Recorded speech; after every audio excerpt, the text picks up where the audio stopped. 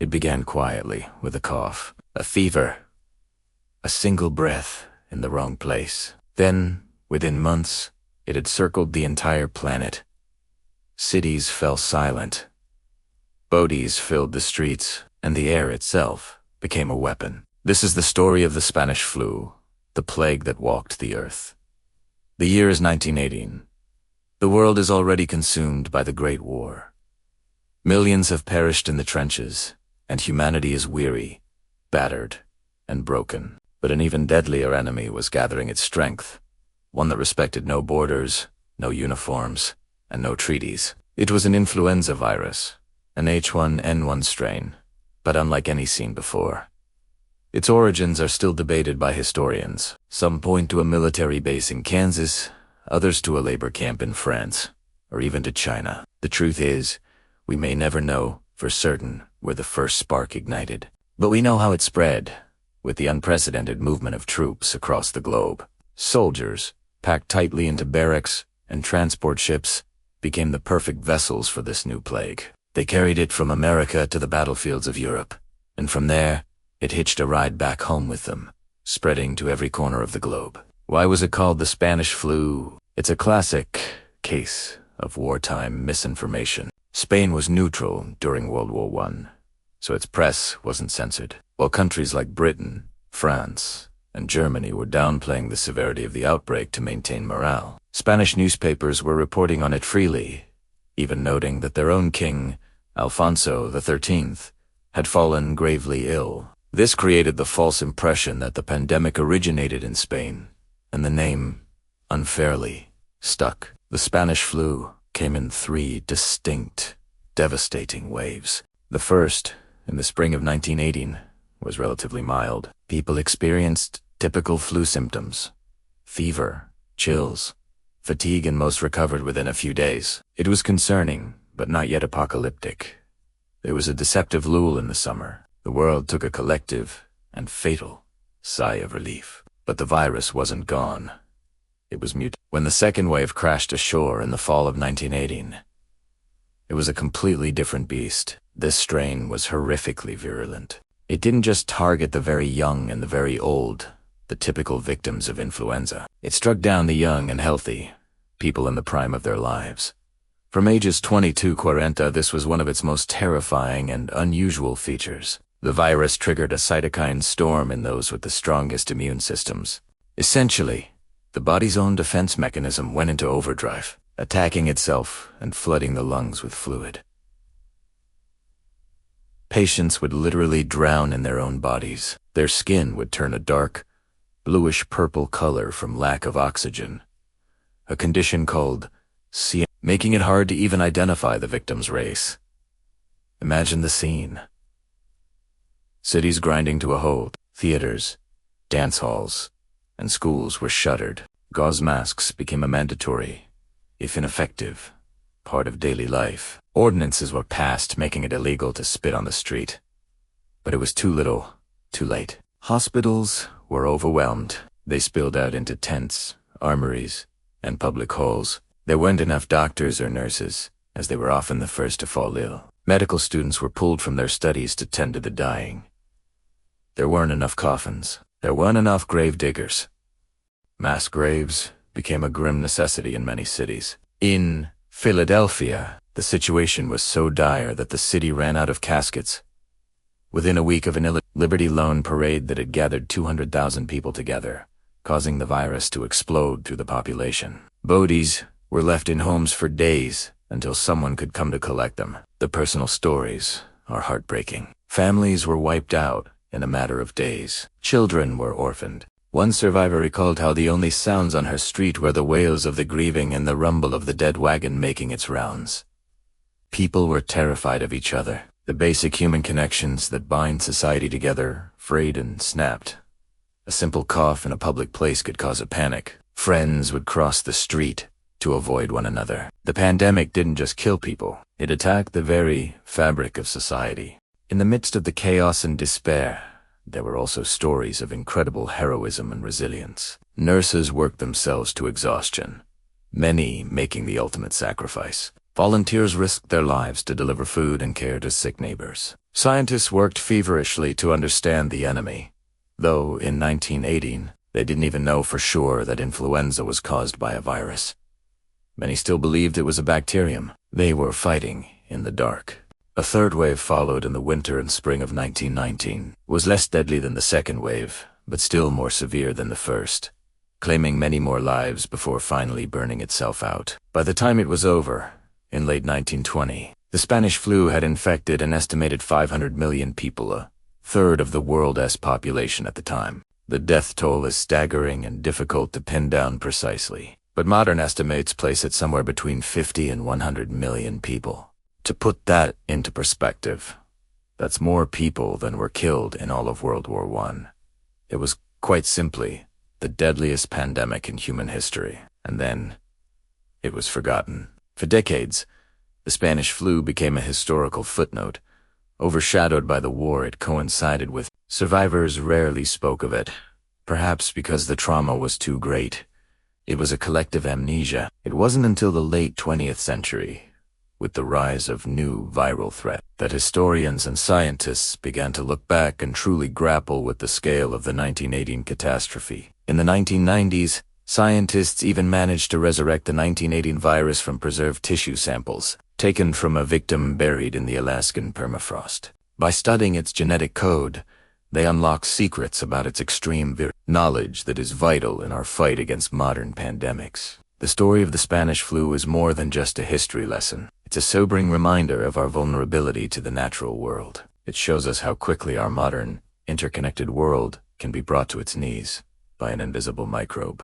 It highlights the importance of global cooperation, transparent communication, and scientific research in the face of a public health crisis. It teaches us about the profound social and psychological impact of a pandemic, the fear, the grief, but also the incredible capacity for courage and compassion. The plague that walked the earth a century ago left scars that have shaped the world we live in today, and its whispers serve as a constant warning for the future.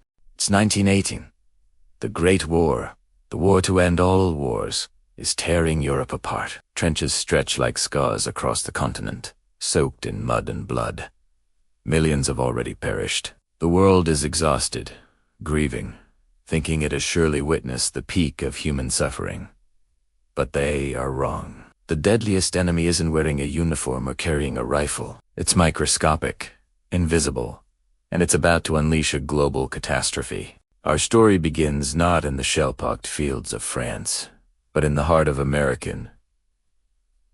bustling military camps of Haskell County, Kansas. Young men, training to be sent to the front lines, suddenly start falling ill. It begins with the familiar signs: a high fever, a splitting headache, a relentless, body-rattling cough. The camp doctors, overwhelmed but not yet alarmed, label it the 3-day fever. A nasty bug, they assume, but nothing more. They couldn't have been more mistaken.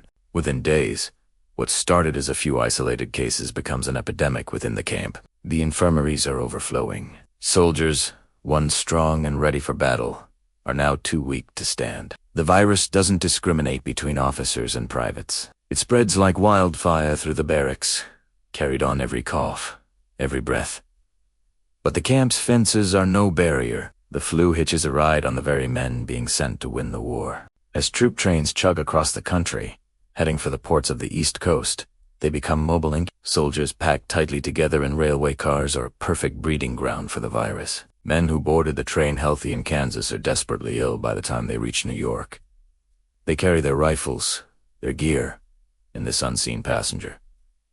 The next stop, the massive transport ships that will carry them across the Atlantic. These crowded ships, already notorious for their grim conditions, are transformed into floating hospitals, or worse, floating more. The journey across the ocean becomes a race against death. Thousands of soldiers are crammed below deck, and the virus moves freely among them. Many never see the shores of Europe. They're buried at sea, their dreams of glory and returning home swallowed by the cold, dark waters of the Atlantic. They thought their enemy was across the ocean, but it was right there with them, in their own lungs. By the time the surviving troops land in France, they bring the flu with them. It explodes in the trenches, a new and terrifying threat in a landscape already defined by death. But here, something changes. The virus seems to mutate, becoming even more aggressive, more lethal. It's no longer just a 3-day fever. It's now attacking the young and healthy with frightening speed. People could feel fine in the morning and be dead by nightfall. Their skin would turn a dark, bluish-purple color as their lungs filled with fluid, effectively drowning them from the inside. This new, hyper-virulent strain doesn't care about battle lines or nationality. It infects German soldiers just as easily as it does British, French, and American ones. It spreads from the Western Front to the rest of the world with astonishing speed. Why was it called the Spanish flu? Not because it started in Spain.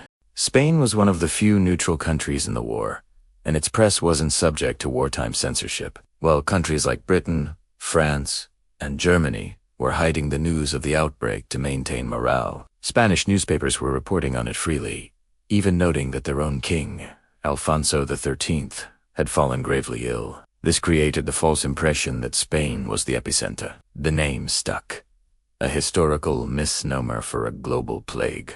Back in the United States, the second wave hits with the force of a tidal wave.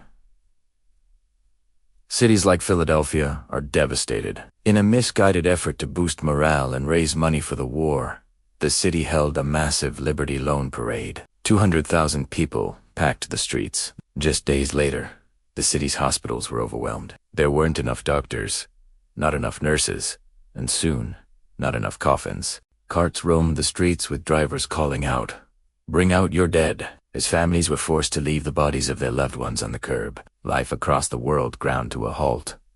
Theaters, schools, and churches were closed. People were ordered to wear masks in public, though the science behind them was poorly understood. Signs appeared everywhere. Spit spreads death. It was a world gripped by fear. Your neighbor, your coworker, the person next to you on the street, or anyone could be a carrier. The social fabric began to unravel under the strain. There was a profound sense of helplessness. The medical community had no cure, no vaccine, nothing to offer but comfort, and even that was in short supply. The sheer numbers are staggering and almost impossible to comprehend. The 1918 flu pandemic infected an estimated 500 million people worldwide, that is, about 1/3 of the entire global population at the time. The death toll is estimated to be somewhere between 50 and 100 million people. To put that in perspective, that's more deaths than in all of World War I. More people died from this single virus in about 2 years than died from the Black Death in a century. It was the single deadliest pandemic in modern history. What made it so uniquely terrifying was who it killed. Most flu viruses are most dangerous to the very young and the very old, but the 1918 flu had a W-shaped mortality curve. It killed the young and old, but it also had a massive spike in mortality among healthy adults.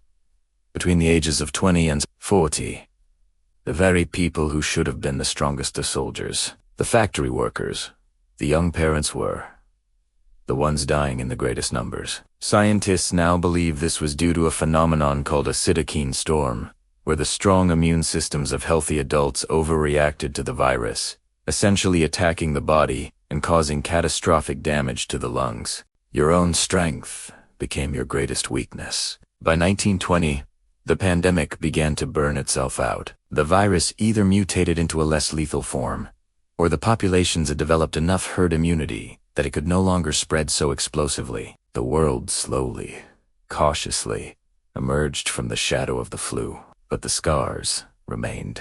Millions of children were orphaned. Economies were shattered, and for generations, there was a collective, almost willful amnesia about the event. It was too traumatic, too overwhelming to be fully processed, especially coming on the heels of a devastating world war. It became a forgotten pandemic. Today, as we look back, the 1918 flu serves as a stark and humbling reminder of our vulnerability. It shows us how quickly a new pathogen can emerge and sweep across our interconnected world. It highlights the critical importance of global cooperation, transparent communication, and scientific research in the face of a public health crisis. The war that was meant to end all wars was eclipsed by an invisible enemy that waged a war on all of humanity. It's a powerful lesson from history, reminding us that the greatest threats we face may not always come from the barrel of a gun. Have you ever heard of a sickness that could take down an entire army battalion overnight? Not in a movie, but in real life. Let's turn the clock back to the spring of 1918. The world is in the final, brutal throes of the First World War. But another, more insidious enemy has just entered the battlefield. One that doesn't carry a gun or wear a uniform. It's a virus, and it's spreading with terrifying speed. Imagine this. You're a soldier in the trenches. One day, your buddy is fine, sharing rations with you. The next, he's burning with fever, unable to stand. Then it's the soldier next to him, and the one after that. Soon, half your company is too sick to fight. This isn't a rare occurrence. It's happening in camps and on naval ships across the globe. Hospitals, already strained by war casualties, are pushed to their breaking point. They're overflowing with young men, not wounded by bullets, but struck down by an invisible foe. Doctors and nurses are baffled. They've seen influenza before, but this is different. It's faster, more aggressive, and it's hitting the young and healthy the hardest. Now, here's where the story takes a fascinating and tragic turn. You'd think this would be front-page news, right? A global pandemic, but it wasn't. The governments of the warring nations America, Britain, France, Germany made a calculated decision. They clamped down on the press, imposing a strict censorship. Why? The war effort. They were terrified that if the enemy learned how sick their troops were, it would be seen as a critical weakness, an opportunity to attack. Admitting to a plague sweeping through their ranks was unthinkable. So, they buried the truth. Newspapers were forbidden from reporting on the influenza outbreak among their own people. The public, for the most part, was kept in the dark. The silence was deafening. But one country wasn't playing by these rules. Spain was neutral in the Great War. It had no wartime censorship to uphold. So, when the flu hit Madrid, the Spanish newspapers reported on it freely and accurately. They wrote about the high fevers, the aching bodies, and the alarming number of people falling ill, including their own king, Alfonso XIII. Because Spain was the only country openly discussing this widespread illness, the rest of the world started to associate the disease with them. And just like that, a nickname was born: the Spanish flu. It's one of history's great The flu almost certainly did not originate in Spain. In fact, modern research points to possible origins everywhere from a British staging camp in France, to China, to a county in Kansas, right here in the United States. But the name stuck. The Spanish flu. It created the illusion that this was a Spanish problem, deflecting attention and responsibility from the countries where it was secretly raging. It wasn't Spanish. It was a global catastrophe, a human catastrophe. It belonged to everyone, and yet, in that moment of collective denial, it belonged to no one. This first wave in the spring of 1918 was just the beginning. It was highly contagious, but strangely, not exceptionally deadly. Many people got sick, felt awful for a few days, and then recovered. It was like a bad seasonal flu. There was a false sense of security, a feeling that perhaps the worst was over. As summer arrived, the number of cases began to drop. People breathed a sigh of relief. The world was still at war, but this strange, widespread sickness seemed to be fading away. They had no idea it was just the calm before the storm. The virus wasn't gone. It was mutating, changing, and preparing to return with a vengeance that no one could have possibly imagined. The first wave, shrouded in censorship and misnamed by circumstance, was a warning shot that almost no one heard. It set the stage for one of the deadliest pandemics in human history. The name Spanish flu reminds us of a crucial lesson.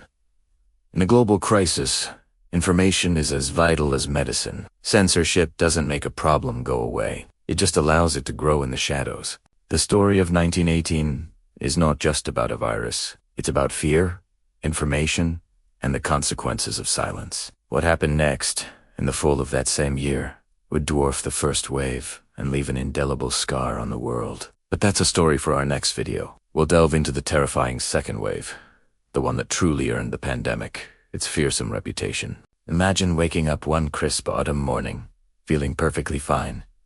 You go about your day, the world seems normal, but by nightfall, you're fighting for every breath, drowning in your own fluids. This wasn't a scene from a horror movie. This was the terrifying reality for millions during the second wave of the 1918 influenza pandemic. The autumn of 1918 didn't just bring falling leaves. It brought an unprecedented wave of death. The virus, which had first appeared in a milder form in the spring, had returned, but it had mutated. It was faster, stronger, and unimaginably deadlier. This new strain was a biological nightmare. What made it so horrifying was the speed. People would report to work in the morning, feeling maybe a little under the weather, and be dead by the evening. The symptoms were brutal and swift. A high fever would set in, followed by a cough that racked the entire body. Then came the most terrifying sign. Cyanosis. The lack of oxygen would turn a person's skin a dark, bluish-purple hue. Their lungs would fill with a bloody foam, and some would even bleed from their nose, ears, and eyes. It was a rapid, agonizing decline that left doctors completely helpless. Think about it. Modern medicine as we know it was still in its infancy. There were no antiviral drugs, no intensive care units, no ventilators. The only treatment was supportive care, rest, hydration, and hope.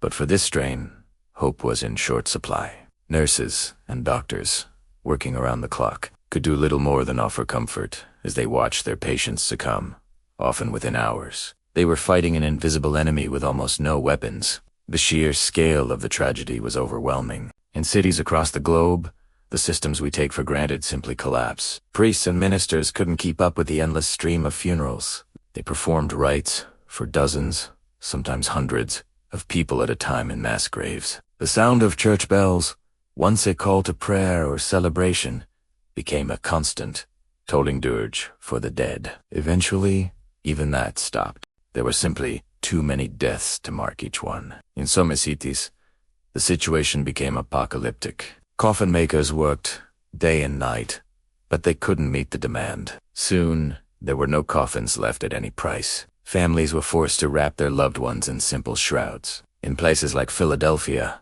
the scene was even more grim. With undertakers either sick themselves or completely overwhelmed, bodies began to pile up inside homes. When there was no more room, they were brought out onto the streets. Imagine the sight. Horse-drawn wagons moving slowly through the city, not carrying goods, but collecting corpses left on the sidewalks. Men, often volunteers or city workers, would go from house to house, calling out, "Bring out your dead." As they dragged bodies onto the carts, the air was filled with the sounds of mourning and the constant, grim tolling of bells, a soundtrack to a city drowning in sorrow.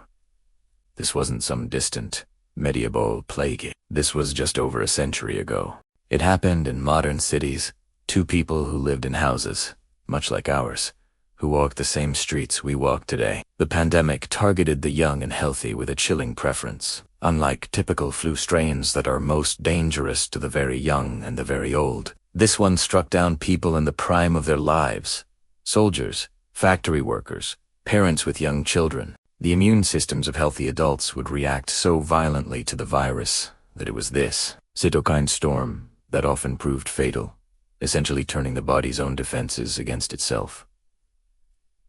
The societal impact was profound. Fear became the new normal. People were terrified to leave their homes, to speak to their neighbors, to even breathe the air. Public gatherings were banned. Theaters, schools, and churches were shuttered. Gauze masks became a common, if largely ineffective, sight. The vibrant pulse of community life flatlined, replaced by an eerie, fearful silence. As we look back at this dark chapter in our history, it's a powerful and humbling reminder of our vulnerability. The second wave of the 1918 flu shows how quickly our world can be turned upside down by a microscopic agent. It underscores the incredible progress we've made in medicine and public health, but it also serves as a stark warning. The story of that autumn is not just a historical account. It is a testament to the resilience of those who survived, and a solemn memorial to the tens of millions who did not. It's a story that reminds us to never take our health, or the systems that protect it,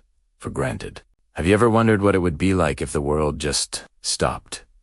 Not a slow fade, but a sudden, grinding halt. Imagine schools closing their doors, not for a summer break, but indefinitely. Picture churches, synagogues, and mosques, places of community and solace, locking their gates. Theaters, the vibrant heart of city life, going dark. This isn't the plot of a disaster movie. This was the reality for our great-grandparents just over a century ago. The year is 1918. The Great War, the war to end all wars, is finally sputtering to a close. People are ready to celebrate, to rebuild, to look towards a brighter future. But an invisible enemy, far more deadly than any machine gun or artillery shell, has already begun its silent march across the globe. It's a new strain of influenza, but it's unlike any flu seen before. It will come to be known as the Spanish flu. Suddenly, the world we know begins to change. Faces, once open and friendly, disappear behind masks. These aren't the medical masks we know today. They are crude, desperate creations. Pieces of gauze, sometimes even cheesecloth, often soaked in substances people hoped would offer protection, like vinegar or whiskey. The smell of disinfectant hangs heavy in the air, a constant reminder of the unseen threat. A strange and terrifying new social order emerges. The healthy begin to fear the living more than the dead. A simple cough from a stranger on the streetcar could send a shiver of pure dread down your spine. Neighbors you've known for years become potential carriers. Friends stop visiting. Families isolate themselves, pulling the curtain shut and praying the sickness passes them by. The bonds of community, stretched thin by war, are now frayed to the breaking point. By fear, hospitals, the very places meant for healing, become epicenters of despair. They are overwhelmed. Almost overnight, corridors are lined with cots, then just blankets. On the floor, in one Philadelphia hospital, the situation becomes so dire that nurses, exhausted and terrified of catching the disease themselves, refuse to enter the overflowing wards. They can't bear to witness any more suffering, and they can't risk their own lives for what seems like a hopeless cause. A doctor in Washington, D.C., working day and night, takes a moment to write in his diary, his hand trembling from fatigue. His words paint a haunting picture. "I can no longer tell who is alive and who is dying," he writes. "They look the same." Patients lie still, their skin tinged with a bluish-gray hue from lack of oxygen, terrifying hallmark of this new flu. The line between life and death has blurred into a grim, uniform landscape of suffering. The virus is shockingly swift and indiscriminate. Unlike typical flu, which is most dangerous for the very young and the very old, this one strikes down the young and healthy in the prime of their lives. Soldiers who survived the trenches of France succumb to the fever in a matter of days. Young mothers, factory workers, farmers, no one is safe. An old nursery rhyme from the time captures the horrifying speed of the illness. I had a little bird. Its name was Enza. I opened the window, and influenza. Cities and towns try to fight back with the only tools they have: public health orders. Ordinances are passed, making it illegal to appear in public without a mask. Spitting on the sidewalk, a common habit at the time, becomes a fiendable offense. Police officers patrol the streets, not just looking for criminals, but for sneezers. Public gatherings are banned. This means no parades, no sports, no dances. The very fabric of social life is unraveled. The world becomes a quiet, eerie place. The normal sounds of life, children playing in the streets, the chatter of crowds, the music from a saloon are gone. They are replaced by an unnerving silence, broken only by the wail of ambulance sirens or the lonely tolling of a funeral bell. A sound that becomes frighteningly constant. In many places, the death toll is so high that there aren't enough coffins. There aren't enough grave diggers. Mass graves, a horror previously associated with distant battlefields, become a necessity in American cities. And yet, in the midst of this overwhelming darkness, incredible stories of courage and resilience emerge. People step up. Since so many doctors and nurses are sick themselves, volunteers from all walks of life answer the call. Teachers, librarians, and socialites learn to take temperatures and change bed. They bring soup to sick neighbors, care for orphan children, and drive sick patients to makeshift hospitals set up in schools and armories. They are the everyday heroes who refuse to let fear win. These weren't trained medical professionals. They were ordinary people who saw an extraordinary need and decided to act. They knew the risks. They saw the death toll rising every day in the newspapers. Still, they put on their gauze masks, armed themselves with carbolic soap, and walked into the heart of the pandemic. They chose compassion over fear, community over isolation. They kept the flame of humanity burning in the darkest of times. The pandemic eventually burned itself out. In about 2 years, it had infected an estimated 1/3 of the entire world's population. That's 500 million people. The death toll was staggering, estimated to be between 50 and 100 million people worldwide. It killed more people than the Great War itself. The world was forever changed, not just by the loss, but by the experience. It left deep scars. A generation of children grew up without a parent, or in some tragic cases, both. The global economy, already battered by war, was further but it also taught us invaluable, hard-won lessons. It spurred massive advancements in public health, epidemiology, and our understanding of viruses. The desperate search for a cause led to the birth of modern virology. The world learned that infectious diseases know no borders, and that global cooperation is essential. Studying the 1918 pandemic isn't just about looking at the past. It's a mirror that reflects our own vulnerabilities and our own strengths. It reminds us that our interconnected world, for all its wonders, is also fragile. But more importantly, it shows us the incredible resilience of the human spirit. It reminds us that even when the world shuts down, when fear is everywhere, and when we are faced with an unimaginable crisis, ordinary people can, and will, do extraordinary things. They will care for one another, they will innovate, and they will endure. That spirit is the most powerful resource we have. Have you ever heard of a killer so efficient, so widespread, that it made the Great War look like a minor skirmish? A killer that didn't discriminate, didn't care about your wealth, your faith, or the flag you waved. Today, we're diving deep into the story of the 1918 Spanish flu, the most devastating pandemic in human history. Imagine this, it's 1918. The world is already reeling from 4 years of brutal warfare. Soldiers are coming home, ships are crossing oceans, and amidst this global movement, something invisible and deadly is hitching a ride. It started quietly, perhaps in a military camp, a farm, or a crowded city. No one knows for sure, but once it started, it spread like wildfire. By the winter of that year, this particular strain of influenza had circled the globe not once, not twice, but 3 times. It moved faster than armies, crossing oceans and continents with terrifying speed. Think about that for a moment. In an age without commercial air travel, a virus managed to envelop the entire planet in a matter of months. The numbers are staggering, almost impossible to comprehend. Historians and epidemiologists estimate that the Spanish flu infected about 1/3 of the world's population at the time, that is 500 million people. The death toll, a chilling 50 to 100 million. Let that sink in. That's more people than were killed in both World War I and World War II combined. It was a cataclysm on a scale humanity had never witnessed. No corner of the earth was safe. No continent was spared. No village left untouched. In the remote wilderness of Alaska, entire Inuit communities were wiped out, their stories and traditions vanishing with them. In the densely populated cities and villages of India, families would go to bed healthy and be found dead the next morning. The country suffered one of the highest death tolls, losing millions in a few short months. Across Africa, the smoke from funeral pyres clouded the sky for what seemed like an eternity. From the bustling streets of Philadelphia to the quiet islands of the Pacific, the story was the same.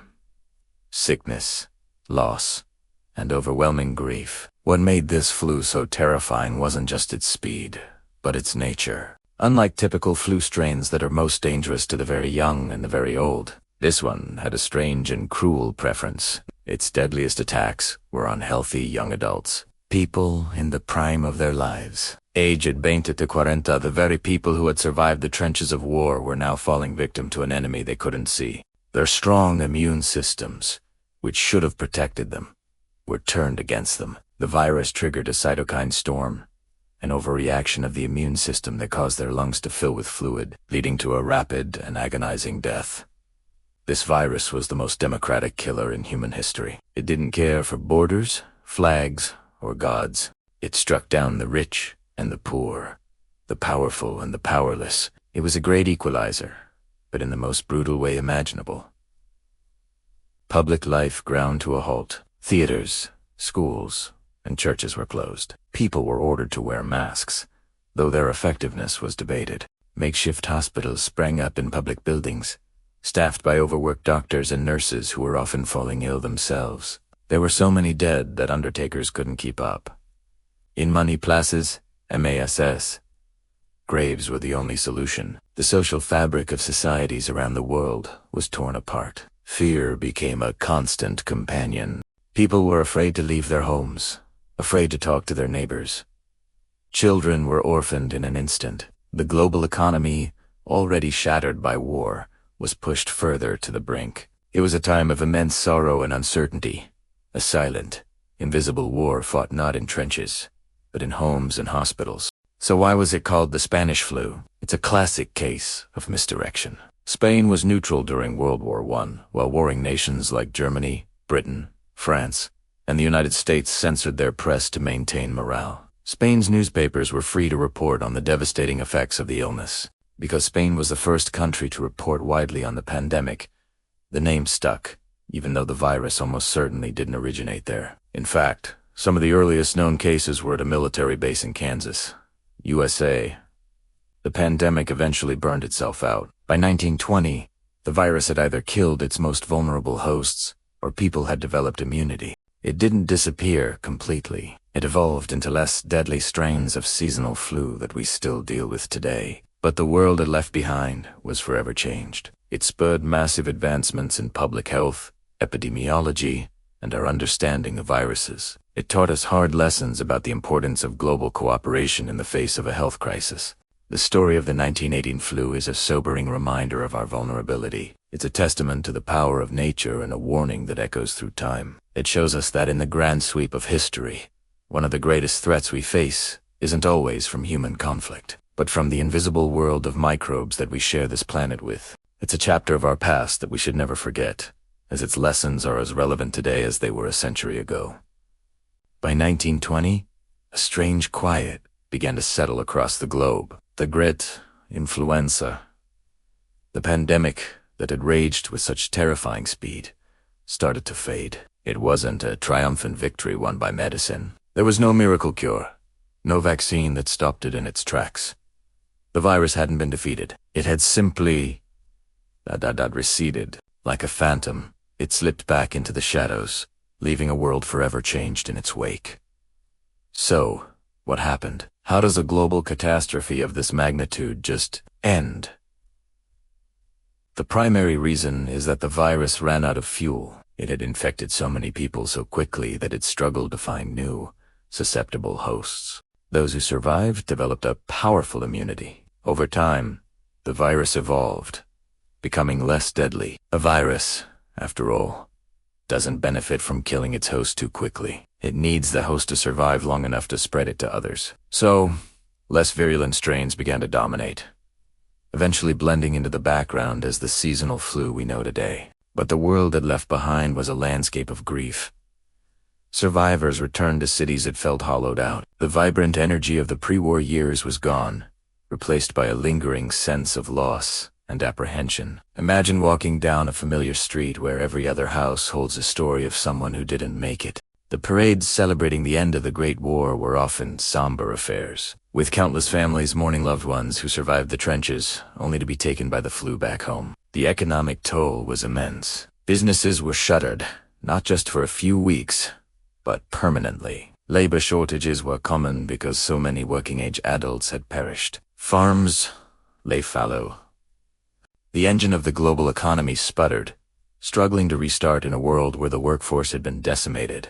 This wasn't a short-term disruption. It was a fundamental shock to the system that would have ripple effects for years to come. For the children who lived through it, the psychological scars ran deep. They were dubbed the influenza babies. Many grew up as orphans, their family structures shattered. They learned early on to be afraid of crowds, to be wary of a simple cough. Nursery rhymes were even changed to reflect the times. Remember Ring Around the Rosie? Some historians believe its modern interpretation, Ashes, Ashes, We All Fall Down, gained popularity during this era. A grim playground chant echoing the reality around them. This generation carried a certain caution, a sense of fragility that their parents never knew. And what about the doctors and nurses? They were the frontline soldiers in this war, and they never forgot the battles they lost. They remembered the helplessness, the endless rows of beds, the sheer exhaustion. They recalled the eerie silence of a hospital ward, a silence broken only by the ragged sound of patients struggling to breathe. This experience fundamentally changed public health. It exposed the catastrophic failure of governments to coordinate and respond effectively. In the aftermath, nations around the world realized they needed a better way. This led to the creation of public health ministries in many countries. The idea of epidemiology, of tracking diseases and understanding how they spread, moved from an academic discipline to a critical government function. Hospitals were redesigned. Medical schools revamped their curricula. The 1918 flu was a brutal, agonizing lesson, but it forced humanity to build the foundations of the modern public health systems we rely on today. But for a long time, the world seemed to suffer from a collective amnesia. Perhaps the trauma was too great, overshadowed by the Great War. For decades, the 1918 pandemic was often just a footnote in history books. Families didn't speak of it. It was a private grief, locked away. It wasn't until decades later, as new viral threats emerged, that historians and scientists began to look back and truly grapple with the scale of what had happened. They unearthed the stories, the statistics, the warnings. The silence that followed the flu's retreat was not the silence of peace, but the silence of absence. The absence of friends, of family, of a world that was... The pandemic didn't just end. It burned itself into our collective DNA. It taught us a humbling lesson about our vulnerability, a lesson about the unseen world that exists all around us, and the profound importance of community and preparedness in the face of a common threat. The ghosts of 1918 are a stark reminder that history is not just a story we read. It's a lesson we must never forget. But do you truly know the story of the pandemic that infected a third of the world's population? It was a plague that vanished from our collective memory, yet it reshaped the world we live in today. There are no grand monuments, no national holidays to commemorate the tens of millions of lives lost. All that's left are a few haunting photographs. Rows of people with masked faces, an image that now feels chillingly familiar. This is the story of the Forgotten Plague, a catastrophe that the world tried its best to erase. In the spring of 1918, as World War I was nearing its brutal end, something strange began to happen. Soldiers in the trenches, young men in the prime of their lives, were suddenly struck down by a bizarrely aggressive flu. It started like any other flu fever. Aches, a cough. But within hours, their lungs would fill with fluid, and their skin would turn a terrifying shade of blue from lack of oxygen. They were drowning on dry land. The disease spread like wildfire through the packed military camps. And then, carried by troop ships crisscrossing the globe, it exploded into a worldwide pandemic. This wasn't just any flu, it was a killer. Unlike typical influenza that preys on the very young and the very old, this one targeted healthy adults between 20 and 40, the people who were supposed to be the strongest, the pillars of society, were the most vulnerable. Imagine a world where seeing a young person cough was more frightening than seeing an elderly person. The virus turned the body's own powerful immune system against itself, triggering a cytokine storm that ravaged the lungs. It was a terrifying paradox. The healthier you were, the more likely you were to die. The world was completely unprepared. Hospitals overflowed in days. Schools, churches, and public halls were converted into makeshift infirmaries, staffed by overwhelmed doctors and volunteer nurses. In Philadelphia, the city decided to proceed with a massive parade to support the war effort. It was a catastrophic decision. Within 72 hours, every hospital bed in the city was full. Within weeks, thousands were dead. Morgues ran out of space. Undertakers ran out of coffins. Families had to dig graves for their own loved ones. The normal functions of society ground to a halt. Life became a surreal landscape of fear and isolation. Public gatherings were banned. Theaters, dance halls, and saloons were shuttered. Gas masks became mandatory, a symbol of a world under siege. Signs appeared everywhere. Wear a mask or go to jail. Children skipped rope to eerie new rhymes about the flu. I had a little bird. Its name was Zenza. I opened the window, and influenza. It was a world lived behind a cloth barrier, where every stranger was a potential threat, and every cough sent a shiver of dread down your spine. The sheer speed of the virus was breathtaking. People could feel perfectly healthy in the morning and be dead by nightfall. Stories from the time are heartbreaking. A woman gets on a streetcar feeling fine, and is carried off it, dead, at her stop. 4 women are playing bridge together late into the night. 3 of them are dead before the sun rises. The social fabric frayed. In money, Plus's fear overrode compassion. Neighbors wouldn't help neighbors. People were left to die alone in their homes. The pandemic revealed both the best and worst of humanity. So why was it forgotten? Why did a tragedy of this magnitude, which killed more people than the First World War itself, fade into the historical background? Part of the reason is timing. It was overshadowed by the war. The news was censored to maintain morale, so the true scale of the crisis was downplayed. Governments didn't want to admit they were losing the battle on the home front while fighting a war abroad. It was called the Spanish flu not because it started in Spain, but because Spain was a neutral country and its press reported freely on the devastating outbreak, creating the false impression that it was the epicenter. After the war and the pandemic finally ended, the world just wanted to move on. There was a collective desire to forget the trauma, to embrace the roaring 20s and look toward a brighter future. The suffering had been so immense, so personal and widespread, that people buried the memory. They didn't want to talk about it. They didn't want to memorialize it. It became a private grief for millions of families, rather than a public historical event. The world suffered a kind of collective amnesia. But here's the unsettling truth. The virus never truly went away. It didn't just vanish. It evolved. Most modern strains of influenza A are descendants of that 1918 killer. The virus continues to circulate, mutate, and adapt. And in the most chilling twist, the original 1918 virus itself is not entirely gone.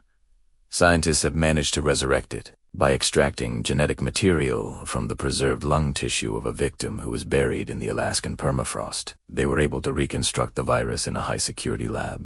Think about that.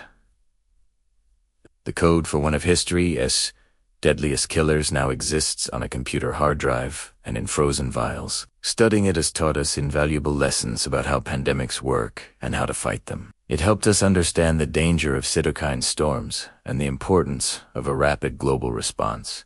But it's also a stark reminder. It's a ghost from the past, a warning that what happened once could happen again. The forgotten plague serves as a crucial lesson in humility, preparedness, and the enduring power of nature. It reminds us that we must never forget the past, because it may hold the key to surviving our future. It wasn't the strongest that survived, or the smartest, but the luckiest. The Spanish flu didn't choose sides. It simply walked the earth. And when it was done, it left silence. The deadliest thing in history had no name, no sound, and no mercy. Imagine the year is 1918.